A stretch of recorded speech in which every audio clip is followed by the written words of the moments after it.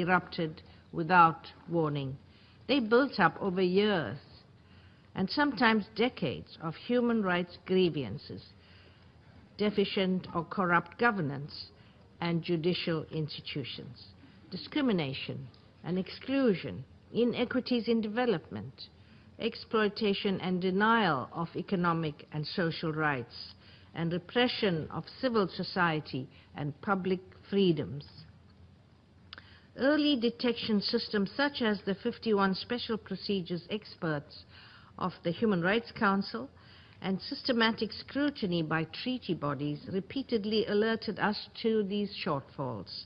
So, although the specifics of each crisis could not necessarily be predicted, many of the human rights violations that were at their core were known. They could have been addressed.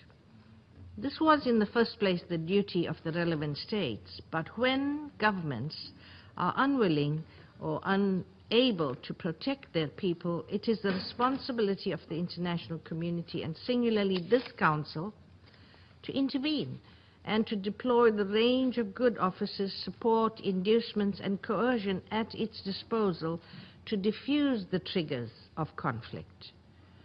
The Council's interest in human rights has increased markedly during my tenure, but despite repeated briefings regarding escalating violations in multiple crises by OHCHR and other human rights mechanisms, there has not always been a firm and principled decision by members of this Council to put an end to crises. Short-term geopolitical considerations and national interests, narrowly defined, have repeatedly taken precedence over intolerable human suffering and grave breaches of and long-term threats to international peace and security. I firmly believe that greater responsiveness by this Council would have saved